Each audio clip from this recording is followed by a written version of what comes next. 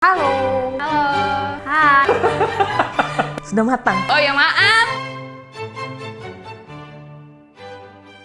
Yang Steffi Yurika, bisa dipanggil Steffi atau Fefe.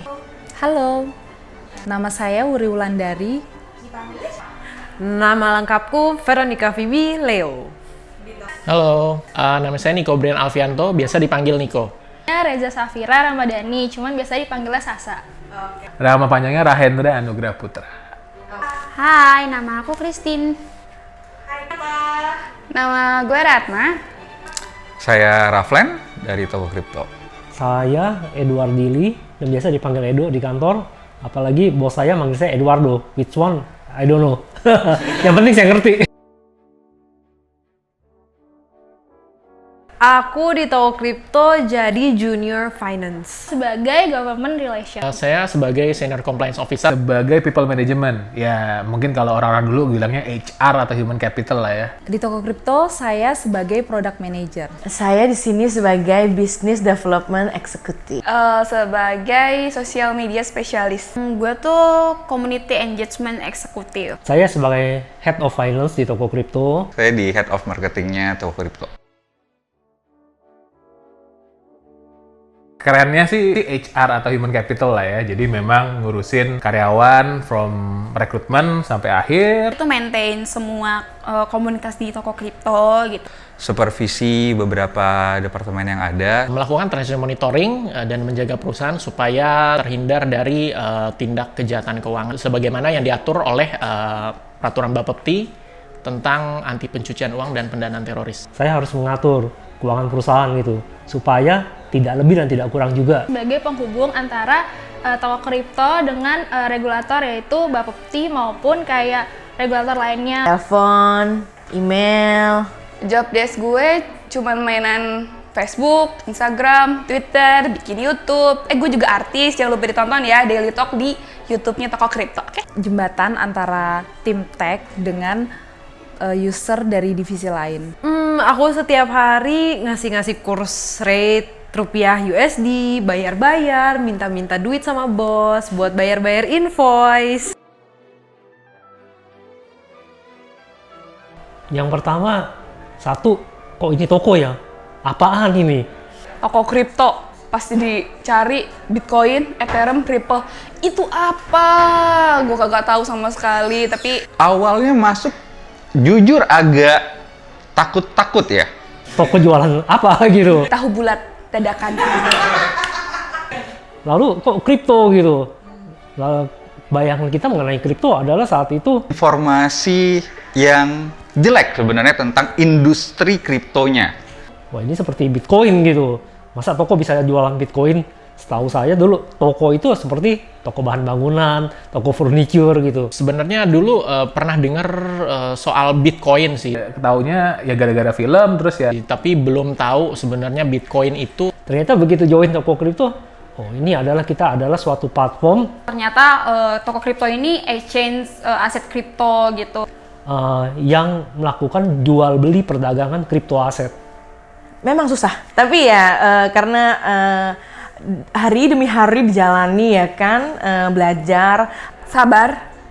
Investnya kayak gimana atau trade-nya kayak gimana, karena ya masih awam lah. Dulu juga hanya sekedar tahu dari internet aja, tapi yang namanya melakukan trade sendiri itu belum pernah. Dari 3 hari pertama itu isinya bukan kerja tapi cuman baca artikel, nonton video, baca artikel, nonton video. Kemudian memberanikan diri. Investasi, terutama kalau gue sih Ethereum sama Ripple. Masuk ke dalam industri kripto, masuk ke dalam toko kripto. Ternyata lebih dari itu sih yang didapat gitu. Banyak banget ilmu-ilmu baru. Melihat perkembangan industri kripto di Indonesia yang dulunya abu-abu, sekarang menjadi legal dan jelas secara hukum. Aku kan lihat Toko Kripto dari Inblocks tahun lalu ya. Tapi kayaknya seru aja gitu di Toko Kripto. Kayak masuk OSIS gitu. Ada seneng ada enggaknya sih aku WFH ya. Soalnya senengnya aku bisa meeting jam 9 bangun 8.55. WFH ini tuh lebih capek. Capeknya pertama selain kerja kantoran harus kerja rumahan juga. Ya, in a way, tapi serunya adalah ya ketemu keluarga tiap hari gitu ya. Dulu kalau kerja di kantor, pulang pagi, berangkat pagi banget, belum matahari terbit, pulang abis jam 7-an gitu. Jadi Untuk WFH sendiri, kalau dari saya, Nyapu, ngepel, nyuci. Terus ya udah kayak gitu. Jadi lebih capek. Babu saya. dengan tim toko kripto sangat efektif ya. Yang pertama, kita bisa mulai meeting kapanpun, bahkan dengan jam yang pagi gitu, karena kita nggak perlu Kantor tiap hari, terus akhirnya harus kerja dari rumah, harus kayak apa sih disiplin diri sendiri gitu untuk bagi waktunya, karena kan nggak ada yang ngawasin secara langsung kerja di rumah. ketemu orang paling hitung-hitungan jari 14 hari ini. temennya aku cuman Bos Kai sama Pak Edo doang gitu. 3 temenku sama HRD 4 deh. Nggak perlu menempuh perjalanan yang jauh gitu, karena rumah saya cukup lumayan jauh. Jadi kalau harus meeting pagi-pagi tuh agak ribet gitu ya. Cuma karena kita WFH jadi lebih efektif sih. Dan mereka semua punya komitmen untuk menyelesaikan semua tas-tas yang memang sedang dikerjakan tepat waktu. Apa sih kayak list harian gitu, kayak daily task aku ngapain aja jam segini, jam segini, jam segininya. Jadinya aku juga lebih disiplin sama diri aku sendiri buat ngerjain kerjaan aku kayak gitu.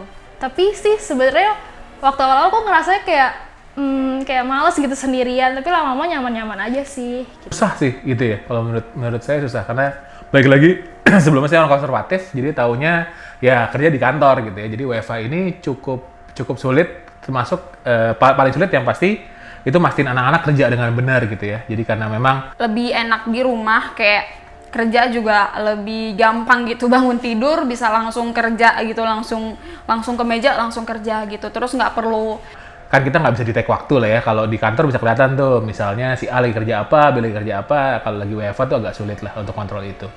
Jadi lebih ya menurut saya lebih sulit, dan memang tantangannya lebih gede lagi. komunikasi jadi agak susah ya, mungkin satu tim gitu koordinasinya harus telepon atau apa gitu, kadang suka salah paham juga gitu. Kalau di rumah kebetulan ada anak, nah sekarang lebih serunya sih ketemu anak sama keluarga lebih gampang lah ya kalau WFH. Tapi ya kerjaan paling susah itu sih, memanage. Mumet aja gitu karena ngadepinnya sendiri kan. Kalau misalnya di kantor masih bisa saling bercanda sama teman-teman sekantor gitu. Ke bagaimana kita memanage diri kita sendiri. Itu juga menjadi challenge tersendiri.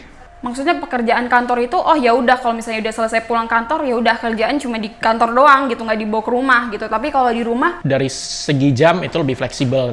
ya kalau misalnya malam kepikiran kerjaan, oh kepikiran aja gitu karena vibe-nya itu masih kerja gitu walaupun di rumah. Ya, dan kita berusaha melakukan komunikasi secara rutin ya, tiap hari, tiap waktu untuk menjaga, memastikan semua activity, khususnya dari marketing, bisa berjalan dengan baik, bisa berjalan dengan target yang ada. Kalau misalnya minusnya sih, Komunikasi ini agak terkendala. Karena apa? Kita berkomunikasi lewat chat. Persepsi itu bisa berbeda. Jelas sekali berbeda pada saat kita direct instruction ya. Tim memanage pekerjaannya sendiri gitu. Dan yang kedua, kendala komunikasi itu ada seperti misalnya lewat telepon, lewat iPhone langsung aja, itu juga bisa berbeda persepsinya. Nah, yang jadi masalah pada saat WFH adalah menyamakan persepsi ini. Ini yang butuh usaha, take effort. Selama ini berjalan dengan baik, tetapi menurut saya lebih baik pada saat kita berkumpul bersama dalam satu office. Itulah gunanya kebersamaan. Cia.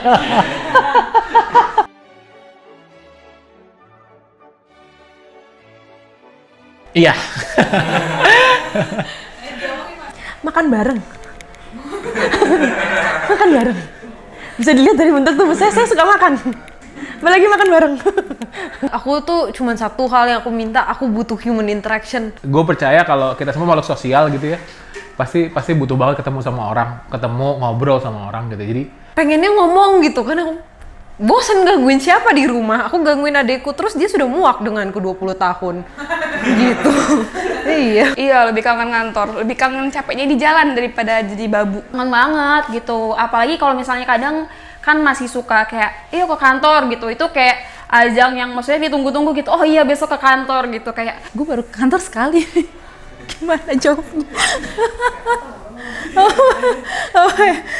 Mau pakai baju apa ya besok ya gitu, ketemu sama teman-teman besok mau makan apa ya, udah mikirin dari rumah karena jarang ketemu gitu, terus kayak penasaran gimana ya tuh orang sekarang udah berbulan-bulan gak ketemu. Paling kangen dari kerja di kantor mungkin suasana canda gurau, suasana berinteraksi satu sama lain, suasana makan bareng-barengnya, pulang bareng-barengnya, hahaha hihi bareng-barengnya, karena itu sekarang bisa dibilang sangat terjadi secara minimal banget karena semuanya di rumah.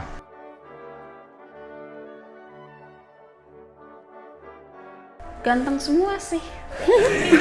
Pasti banyak lah, gitu. Teman-teman kita banyak, iya. Yang ganteng juga banyak gitu. Nah, begitu dilihat, loh kok sekarang kalau ketemu muka gemukan beda gitu. Kadang kan WFH, nggak tahu gitu, cuma lihat status doang. Oh, kalau yang sekarang yang paling ganteng ya CEO lah. Gila, CEO. Kang Shekai. Siapa ya? Mas Hendra dia yang paling ganteng. Phoebe kali, Phoebe cantik tuh. Ya iya dong, Phoebe cantik. Mbak Kristen cantik, Mbaknya cantik. Enggak sih, belum sih, masih belum. Berarti ya. Mungkin. Iya bos, kayak paling ganteng. Gaji naik bos. CSO kita Ying waktu itu pernah sekali datang ke kantor ganteng banget, udah sekali aja ganteng banget. Naksir gak? Enggak sih. Kalau berantem sih nggak pernah ya, cuma kalau debat itu Pasti ada sih ya Mbak ya, cuma karena memang kita balik lagi kita satu tim, punya tujuan yang sama, ya kita cari solusinya bareng-bareng lagi dan bisa kelar sih ujung-ujungnya gitu. Kalau sebel sama bos sendiri sih enggak. Cuman mungkin kalau kerja sama tim kan, apalagi tim-tim orang-orang baru. Jadi ya pasti ada cekcoknya lah. Pasti ada, cuman ya sekarang sih udah oke aja sih. Ya sebatas kerja aja. Kalau udah selesai ya selesai. Nggak ada sih, kebanyakan ya kita lakukan secara profesional saja gitu. Yang in case misalnya bos saya ada salah, saya akan kasih tahu dia gitu. Bos, jangan begini dong, kita sebaiknya lakukan seperti ini. kalau kesel secara pribadi sih enggak, paling cuman kayak secara kerjaan aja. Keselnya kadang kalau dari atasan briefnya suka nyampe-nya tuh kadang kayak nggak nyambung atau kayak nggak jelas. Terus kalau misalkan sama temen sih kayak secara profesional tuh kayak maunya gini, tapi dia nangkepnya yang lain gitu, jadinya kesel. Sebel-sebelan. Jujur saya kerja sendirian sekarang gitu ya, jadi memang belum punya tim. Terus kalau sebel sama atasan sih, kebetulan atasan di toko kripto, semua C-levelnya sih cukup komunikatif dan cukup cukup suportif lah ya. Jadi jujur selama 7 bulan sebel-sebelan sih nggak pernah ada untungnya. Belum ada sebel-sebelan lah.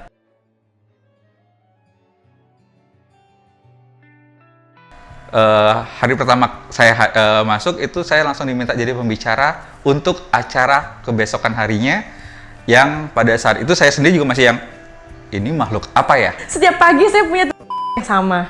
Sampai sekarang. Namanya Ratna Seminar. Kita bikin conference satu dunia gitu ya, banyak banget pembicara. Ya jujur itu pertama kali gue terlibat dalam yang namanya webinar segala macam, itu pertama kali. Jadi dapat posisi di mana gue harus ketemu sama para pembicaranya untuk ngobrol-ngobrol dikit di awal. Jadi membuat mereka ngerti Indonesia, membuat mereka ngerti ada apa ini, nanti apa yang dibahas, itu seru sih. Jadi ya itulah, jadi IBW itu Indonesia Blockchain Week buat gue pengalaman pertama dan seru banget. Ada berantem gara-gara absen. Aku pernah, ya memorable menurut aku sampai sekarang, aku pernah dimarahin bos. Lesson learned aja kalau misalnya sebelum enter harus dibaca lagi. Ngetiknya pakai bahasa Mandarin, nah itu jadi banyak missing. Terus tiba-tiba suka di-mention dia Wuri, bla bla bla bla bla gitu. Yang aku sendiri nggak ngerti itu apaan maksudnya, iya. Dan kalau meeting juga suka tiba-tiba bahasa Mandarin gitu, suka roaming tiba-tiba, itu sih. Teman-teman gue selama di toko kripto gitu, yang cowok-cowok itu kayak enak diajak kemana aja gitu, diajak gosip enak, diajak kutek-kutekan enak.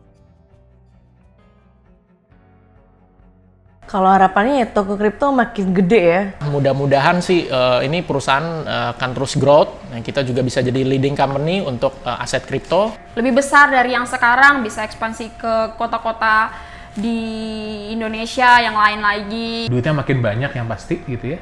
Biar gajinya lebih enak dan ada bonus gitu kan. Bukan hanya dari segi omset, tetapi dari brandingnya juga. Depannya toko kripto jadi unicorn di Indonesia. Semakin dikenal lagi sama masyarakat dan bisa menambah user-user kita ke depannya. Jadi nomor 1 crypto exchange di Southeast Asia. Bisa belajar lebih banyak lagi. Menjaga perusahaan supaya tetap secure di bagian transaksi dan juga kita tetap patuh pada peraturan Bapepti dan juga PPATK. Pengen perusahaan bener-bener appreciate karyawannya gitu ya, karena gimana pun juga gue ngerasa bahwa manusia sendiri itu aset gitu ya, perusahaan, jadi sebisa mungkin harus dijaga. Jadi pengennya sih punya banyak budget atau dana bisa buat nyenengin teman-teman sendiri. Kayak keajaiban banget sih gitu di tengah pandemi, di saat perusahaan-perusahaan lain pada berjatuhan gitu kan, pada gulung tikar gitu, tapi toko kripto adalah rumah kedua. Keluarga saya pada saat Monday to Friday. Tempat aku bekerja menambah pengetahuan aku tentang aset kripto. Buat saya itu tempat saya untuk belajar, bereksperimen, dan berkembang. Buat saya, toko kripto adalah tempat belajar yang paling seru. Toko kripto buat gue luar biasa. Buat saya, toko kripto adalah tempat mendapatkan ilmu yang baru. Buat saya, toko kripto itu adalah sebuah harapan. Buat gue toko kripto itu kayak pohon. Jadi dari nol jadi berkembang dan banyak yang bisa dipetik lah.